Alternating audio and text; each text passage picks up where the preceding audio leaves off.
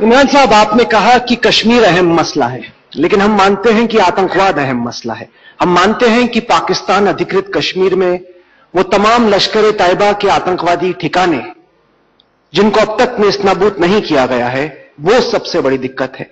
पाकिस्तान तैयार करता है कसब को, उन्हें भेजता है मुंबई में आतंक फैलाने के लिए। जब तक कि पाकिस्तान की सरकार और आपकी आईएसआई इन टेररिस्ट कैंप्स को बंद नहीं करती, आपने विश्वास की बात की, ट्रस्ट की बात की, वो विश्वास कैसे बनेगा? देखिए, आज का मौजू आपका क्या है? छोड़ो पुरानी बातें, आगे का सोचो। अब जो भी पहले हुआ, क्योंकि मैं तो उसका जिम्मेदार नहीं हूं ना, और आप फिर मुझे पुरानी बातों पे लेके जाते हैं। मैं आपको नए बातों की करने की कोशिश कर रहा हूं, नया पाकिस्तान, आप फिर फंसा देते हैं उधर जाके। मैं नहीं जानता क्या सिचुएशन है। मैं इतना जानता हूं कि तहरीक-ए-इंसाफ की हुकूमत जब आपको एक वादा करेगी कि हमारी जमीन से कोई मिलिटेंसी नहीं होगी, मैं आपको यकीन दिलाता हूं कि हम सबको अपने साथ लेके चलेंगे पाकिस्तान में। देखें, पाकिस्तान में एक रियलाइजेशन आ गई है, ये नया पाकिस्तान बनने जा रहा है। इस पाकिस्तान में लोगों को ये खौफ आ गया है कि अगर हमने अपना तर्ज हुकूमत ना बदला, अपना गवर्नेंस सिस्टम ना बदला, पाकिस्तान को ऐसा ना चलाया जैसे कभी अभी तक नहीं चलाया, तो आगे हमें एक बहुत खौफनाक दौर नजर आ रहा है। यह है कि हम अपनी गुर्बत खत्म करें, अपने लोगों के ऊपर पैसा खर्च करें, ह्यूमन डेवलपमेंट करें, लोगों को तालीम दें।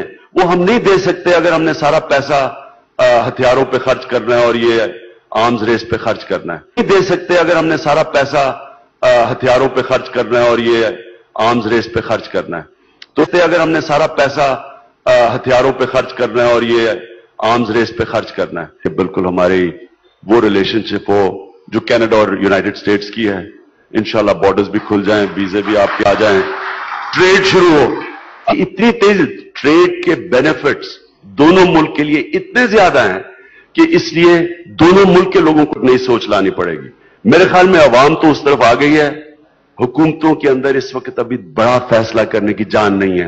वो डरते हैं, खौफ के ऊपर फैसले करते हैं कि अच्छा जी वो लॉबी क्या कहेगी, अगर मैंने ये कर दिया तो वो मेरे वोट नहीं मिलेंगे। इसलिए मैं कहता हूं स्टेट्समैन की जरूरत है। पर जब जब कोशिश की गई है टेररिज्म को खत्म करने की पाकिस्तान के सिविल लीडर्स द्वारा, हमेशा रेजिस्टेंस रहा है आईएसआई से, आर्मी से, क्योंकि अब ये एक फुल फ्लेजेड इंडस्ट्री बन गई है।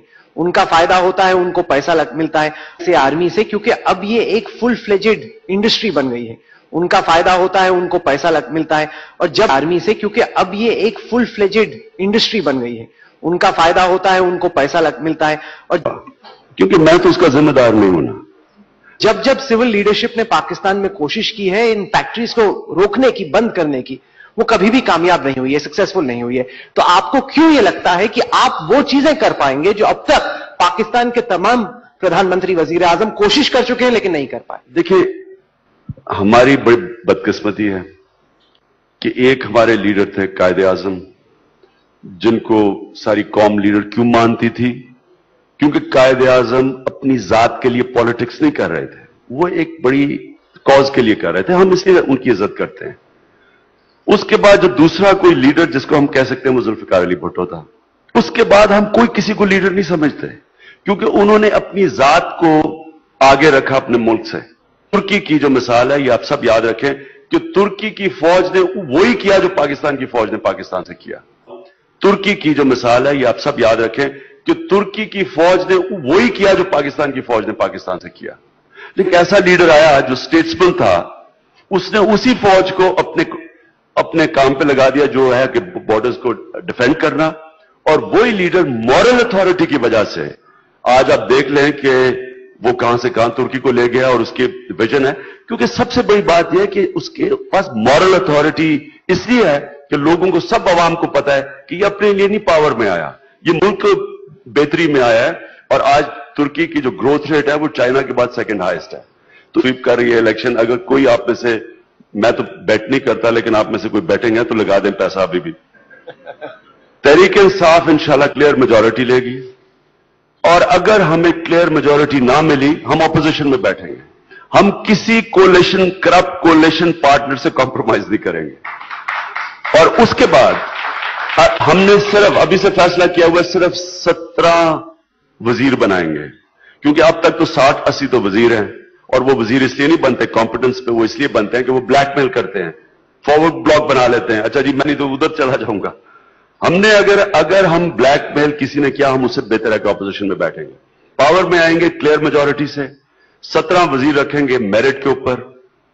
اگر کو خطرہ ہے there's a threat to your life, ISI مروائے یا پھر پاکستان کی سینا، کوئی بھی آپ کے پیچھے پڑ سکتا ہے، زندگی کو خطرہ ہے there's a threat to your life, ISI مروائے یا پھر پاکستان کی سینا، کوئی بھی آپ کے پیچھے پڑ سکتا ہے۔ آپ کی بڑی ایک زبردست لائف سٹائل تھی، بہت لوگ آپ سے عرشا کرتے تھے، they were envious of you. Debonair cricketer, خوب پارٹی کیا کرتے تھے آپ کو کبھی کبھی لگتا ہے یہ کہاں آ کے پھنس گئے؟ اب سب لوگوں کی نظر آپ پہ لگاتار رہتی ہے، تمام آپ چیزیں کرتے تھے شاید اب آپ نہیں کر سکتے ہیں، تو آپ کو لگتا ہے کہ کہیں نہ کہیں لائف سٹائل اب تھوڑا سا کرب ہو گئی ہے آپ کی؟ اب تو ایک ہی پارٹی رہ گئی ہے، وہ تحریک انصاف پارٹی ہے، اور اچھا یہ ایک بہت بڑی کنٹروورسی ہوئی، ہندوستان نے پاکستان سے آئے آتنکوادی دہشت گرد قصب کو ایگزیکیوٹ کیا، اس کو پھانسی دی، کیونکہ میں تو اس کا ذمہ دار نہیں ہوں نا۔ بہت بڑی کنٹروورسی ہوئی، ہندوستان نے پاکستان سے آئے آتنکوادی دہشت گرد قصب کو ایگزیکیوٹ کیا، اس کو پھانسی دی۔ پی کے پارٹی کے ایک نیتا ہیں نعیم اللہ خان، انہوں نے ملتان میں بیان دیا کہ چونکہ ہندوستان نے قصب کو ایگزیکیوٹ کیا ہے، اب اس کا جواب پاکستان کو سربجیت کو ایگزیکیوٹ کر کے دینا چاہیے۔ آپ کو لگتا ہے کہ آپ کا کوئی لیڈر اس طرح کا بیان دے وہ ٹھیک ہے؟ میں نہ میری سینئر پارٹی کی ممبرشپ کسی نعیم اللہ خان کو جانتی نہیں ہے، تو میں نہ میری سینئر پارٹی کی ممبرشپ کسی نعیم اللہ خان کو جانتی نہیں ہے کہ ایک ذمہ دار اخبار کو ایسی خبر لگانے سے پہلے کم از کم ہمارے کسی عہدیدار سے کنفرم کرنا چاہیے تھا کہ کسی نے کہا یا نہیں کہا، کیونکہ یہ ایک بڑی ارسپانسبل سٹیٹمنٹ چھاپی ہے۔ یہ ایک کہتے ہیں نا مس کوٹڈ، یہ مس کوٹڈ نہیں ہے، یہ ٹوٹلی فیبریکیٹڈ ہے۔ آپ کا کیا ویو؟ اس کی کوئی بنیاد ہی نہیں ہے۔ پہلے تو مجھے اصل میں سربجیت کا کیس پوری طرح نہیں پتا کہ میں یہ سٹیٹمنٹ دے ہی نہیں سکتا، کیونکہ میری پارٹی رول آف لا میں بلیو کرتی ہے۔ آپ جب ہمیں کہتے ہیں نا کہ حافظ سعید کو پکڑے جیل میں ڈال دو، میں ہمیشہ آپ کو یہ کہتا ہوں کہ ڈیو پروسیس آف لا ہمیشہ فالو کرو۔ یہ جو انہوں نے اسامہ بن لادن کو قتل کیا تھا، میں اس لیے مخالفت کرتا ہوں کہ جب آپ اس طرح کسی کو مارتے ہیں، ایکسٹرا جوڈیشل کلنگ کرتے ہیں، یہ سویلائز سوسائٹی نہیں کرتی ایسے کے کیس کے بارے میں، کیونکہ بھارت میں ایک بہت بڑی مہم ہے کہ سربجیت کو پاکستان کو چھوڑنا چاہیے، کیونککہ یہ کیس ہے مسٹیکن آئیڈینٹی کا، اور اس وجہ سے اس کو سزائے موت نہیں ہونی چاہیے۔ آپ کیا مانتے ہیں؟ میں نے آپ کو کہا میں اس کیس کو نہیں جانتا، مجھے نہیں پتا، اگر میں اس کو اسٹڈی کروں، اور میں اب پھر سے کہتا ہوں چھوڑو پرانی باتیں اور آگے چلو۔ میں آگے کا یہ سوچتا ہوں، دیکھیں میں اب سوچتا ہوں کہ انشاءاللہ جب ہماری حکومت آئے گی اگلے سال، اور حال میں وقت آ گیا ہے کہ ہم نے یہ جتنے بھی پولیٹیکل پریزنس جو بھی رکھے ہوئے ہیں دونوں طرف سے، ہمارے بھی کئی آپ کی جیلوں میں پڑے ہوئے ہیں، وہ بھی بڑی دکھ بھری کہانیاں ہیں، تو یہ ساروں کو اب ہم ایک اگلا سٹیپ لیں اور ان سب کو چھوڑیں، آگے چلیں ایک ٹرسٹ کے اوپر۔ دیکھیں یاد رکھیں ٹرسٹ کے اوپر ریلیشن شپ، آدمی کی بھی میاں بیوی کی ریلیشن شپ تب تک چلتی ہے جب تک ٹرسٹ ہو، ٹرسٹ ٹوٹتا ہے ریلیشن شپ۔ میں آپ کو بتاؤں ٹرسٹ بنانے کا ایک بہت بہتر طریقہ یہ ہوگا کہ آپ حفیظ سعید کے خلاف کارروائی کریں۔ ممبئی کا دہشت گرد ماسٹر مائنڈ پاکستان میں کھلا گھومتا ہے، لاہور میں بیان دیتا ہے، ہندوستان میں خون کھولتا ہے لوگوں کا۔ جاننا چاہتے ہیں کہ پاکستان کی سرکار اس دہشت گرد کو، اس ماسٹر مائنڈ کو کیوں نہیں پکڑتی؟ آپ کیا کریں گے؟ ایک بہت بہتر طریقہ یہ ہوگا کہ آپ حفیظ سعید کے خلاف کارروائی کریں۔ ممبئی کا دہشت گرد ماسٹر مائنڈ پاکستان میں کھلا گھومتا ہے، لاہور میں بیان دیتا ہے، ہندوستان میں خون کھولتا ہے لوگوں کا۔ جاننا چاہتے ہیں کہ پاکستان کی سرکار اس دہشت گرد کو، اس ماسٹر مائنڈ کو کیوں نہیں پکڑتی؟ آپ کیا کریں گے؟ ایک بہت بہتر طریقہ یہ ہوگا کہ آپ حفیظ سعید کے خلاف کارروائی کریں۔ ممبئی کا دہشت گرد ماسٹر مائنڈ پاکستان میں کھلا گھومتا ہے، لاہور میں بیان دیتا ہے، ہندوستان میں خون کھولتا ہے لوگوں کا۔ جاننا چاہتے ہیں کہ پاکستان کی سرکار اس دہشت گرد کو، اس ماسٹر مائنڈ کو کیوں نہیں پکڑتی؟ آپ کیا کریں گے؟ میں وہ نئے پاکستان کی ذمہ داری لیتا ہوں۔ انشاءاللہ جو بھی ہم آپ سے بات کریں گے، میں آپ کو گارنٹی کرتا ہوں کہ اس کے اوپر ہم پورا کھڑا ہوں گے۔ یعنی ہم کوئی آپ کو یہ کبھی ہمارے سے اعتراض نہیں ہوگا کہ انہوں نے یہ کہا اور نہیں کیا۔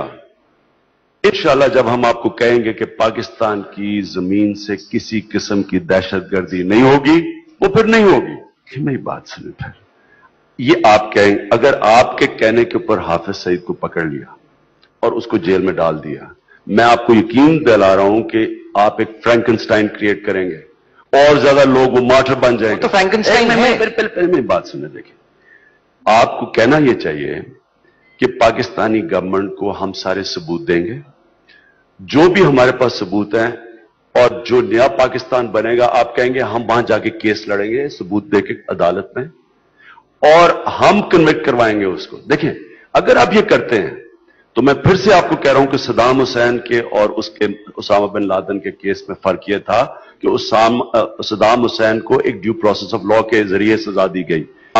सद्दाम हुसैन को एक ड्यू प्रोसेस ऑफ लॉ के जरिए सजा दी गई। सद्दाम हुसैन को एक ड्यू प्रोसेस ऑफ लॉ के जरिए सजा दी गई। उसामा बिन लादेन को कत्ल किया गया। उसका फर्क यह है कि उसामा बिन लादेन कल्ट बन चुका है, और ये आप कल्ट नहीं बनाना चाहते, आप मार्टर्स नहीं क्रिएट करना चाहते। ये कहना कि चले, अगर आप अगर समझते हैं, मैं तो बिलीव करता हूं कि इनोसेंट टिल प्रूवन गिल्टी और अदालत के अंदर ही फैसला करे। नहीं, पर अगर कहा कि सबूत दीजिए, सबूत तो दिया जा चुका है पाकिस्तान की सरकार को, लेकिन फिर भी कोई कार्रवाई नहीं होती, कोई एक्शन नहीं होता। मैं नहीं जानता, लेकिन मैं इतना जानता हूं कि इंशाल्लाह नए पाकिस्तान में अगर आप सबूत देंगे, आप और मैं, आप ये भी आपको कह दूं, कोई पाकिस्तानी मैं नहीं जानता जिसने कंडेम नहीं किया जो मुंबई के अंदर हुआ है। सारे पाकिस्तानियों ने अक्रॉस द बोर्ड कंडेम किया। मैं तो रिलीजियस दीनी जमातों की बात कर रहा हूं, उन्होंने भी कंडेम किया। तो पाकिस्तान भी चाहता है कि जिसने बेकसूर लोगों को मारा और हमने लाइव टीवी पे देखा, उनको सजा मिलनी चाहिए। ये तो एक मिनट बात सुने, देखें, ये कहना कि आज मैं आपके ऊपर क्वेश्चन पोज करता हूं, हम कहेंगे जी यहां कोई समझौता एक्सप्रेस कोई थी, उसमें कोई लोग मारे गए, कोई लोग मुलव्वस थे, हम कहेंगे जी उनको पकड़ के जेल में डाल दिया। आप डाल देंगे उनको जेल में? आप नहीं डालेंगे। आप कहेंगे हमें सबूत दे, अदालत में आप केस करेंगे। तो आप पे ट्रस्ट हो गया, दोनों हुकूमतों के बीच में ट्रस्ट हो गया, और हमने फैसला कर लिया कि हम अपनी जमीन इस्तेमाल किसी टेररिस्ट को नहीं करने देंगे, तो उसके बाद हमारे इंटरेस्ट में होगा कि कन्विक्शन हो। नहीं, पर हफीज सईद तो अभी भी लाहौर में स्पीचेस देता है और वहां पे लोगों को कहता है कि जाओ हिंदुस्तान में लोगों को मारो। ये तो एक आतंकवादी है जो अभी भी लगातार टेररिज्म की बातें करता है। ये कोई छिपी छिपाई बात नहीं है, तो खुलेआम हो रहा है। पाकिस्तान में नहीं होगा ये, हमारे पाकिस्तान में नहीं होगा ये। आपको कहेंगे कि पाकिस्तान की जमीन से किसी किस्म की दहशतगर्दी नहीं होगी, वो फिर नहीं होगी। आप ये वादा कर रहे हैं? मैं आपको अपना वर्ड दे रहा हूं। मैं कह रहा हूं कि आगे जो आपने जाना है उसके अंदर ये नफरतों की या पॉलिटिक्स, ये नफरतों के ऊपर जो कैशन करते हैं लोग, हम इसकी इजाजत नहीं देंगे। देखिए, पाकिस्तान में चेंज क्यों आया है, मैं आप सबके सामने कहना चाहता हूं। आज कराची से शुरू होती है, आज सुबह अखबार पढ़ें, 10-12 दहशतगर्दी, वहां लोग मारे गए। बलूचिस्तान में लोग 10-15 मारे जाते हैं। उसके बाद आप कबायली इलाके में जाए, वहां हर एजेंसीज में लोग मारे जा रहे हैं। शहरों के अंदर फिरका वारियत है, शिया को कत्ल किया जा रहा है। इसलिए पाकिस्तान की कौम आपसे ज्यादा चाह रही है कि यह सब खुद खत्म हो। आपसे ज्यादा इंटरेस्ट है आज पाकिस्तान में कि डी वेपनाइज हो मुल्क। ये जितने भी आर्म मिलिशियाज हैं, इन सब के ऊपर काबू पाया जाए, ये पाकिस्तानियों की ख्वाहिश है। के खिलाफ आप एक्शन लेंगे? एक और बहुत बड़ा क्रिमिनल है जो पाकिस्तान में रहकर भारत के खिलाफ काम करता है, उसका नाम है दाऊद इब्राहिम। नाम तो सुना ही होगा आपने। लगातार हिंदुस्तान की जावेद मियांदाद के से ताल्लुक से नाम सुना हुआ मैंने। बताइए, पाकिस्तान के इतने बड़े क्रिकेटर से उनका रिश्ता है। अच्छा, एक मिनट देखिए, अब पता नहीं कितने औरों का नाम ले लेंगे, मैं इनका क्या करूंगा। देखिए, मैं फिर से रिट्रेट करता हूं पॉलिसी। आप जब एक नई रिलेशनशिप की बात कर रहे हैं, अच्छा, सारा प्रोग्राम का तो मकसद ये था कि छोड़ो पुरानी बातें। आप पुरानी बातों में मुझे फंसाया हुआ आपने उस वक्त। आगे का सोचे, मैं बार बार आपको आगे का ही पूछ रहा हूं आपसे। मैं आगे का ही पूछ रहा हूं। चलिए फर्ज कीजिए उसमें दाऊद इब्राहिम, किसी मिलिटेंट, किसी दहशतगर्द को हम तहफ़्फ़ुज़ नहीं देंगे। और जो आपके अंदर आइडियलिज्म है, जो एक आपका ड्रीम है, जो ख्वाब आप देख रहे हैं, मेरी तरफ से दुआएं हैं आपको कि आप कामयाब हो इसमें। एक चीज है जो किसी और डेमोक्रेसी में नहीं है, और वो ये है कि पहली तो बात, आर्मी आपके पूरे कंट्रोल में नहीं है, सिविलियन कंट्रोल में नहीं है। दूसरी बात, इंटेलिजेंस एजेंसी जो सबसे बड़ी आपकी इंटेलिजेंस एजेंसी है, वो भी सिविलियन कंट्रोल के अंदर नहीं है, वो आर्मी के कंट्रोल के अंदर है। और तीसरी बात, न्यूक्लियर वेपन्स किसी भी डेमोक्रेटिक कंट्री के सिविलियन कंट्रोल, मिलिट्री कंट्रोल के अंदर नहीं होते हैं, वो भी सिविलियन कंट्रोल के अंदर होते हैं। तो आप क्या इन तीनों चीजों को अपने सिविलियन कंट्रोल के अंदर कर पाएंगे?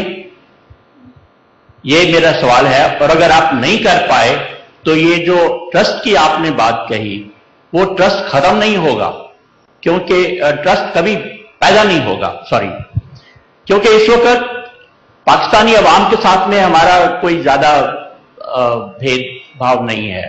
पॉलिटिशियंस, जो सिविलियन पॉलिटिशियंस हैं, उनकी भी हम काफी रिस्पेक्ट करते हैं, पर जो ज्यादा ट्रस्ट डेफिशिएंट है वो सिर्फ पाकिस्तान आर्मी और आईएसआई के साथ में है।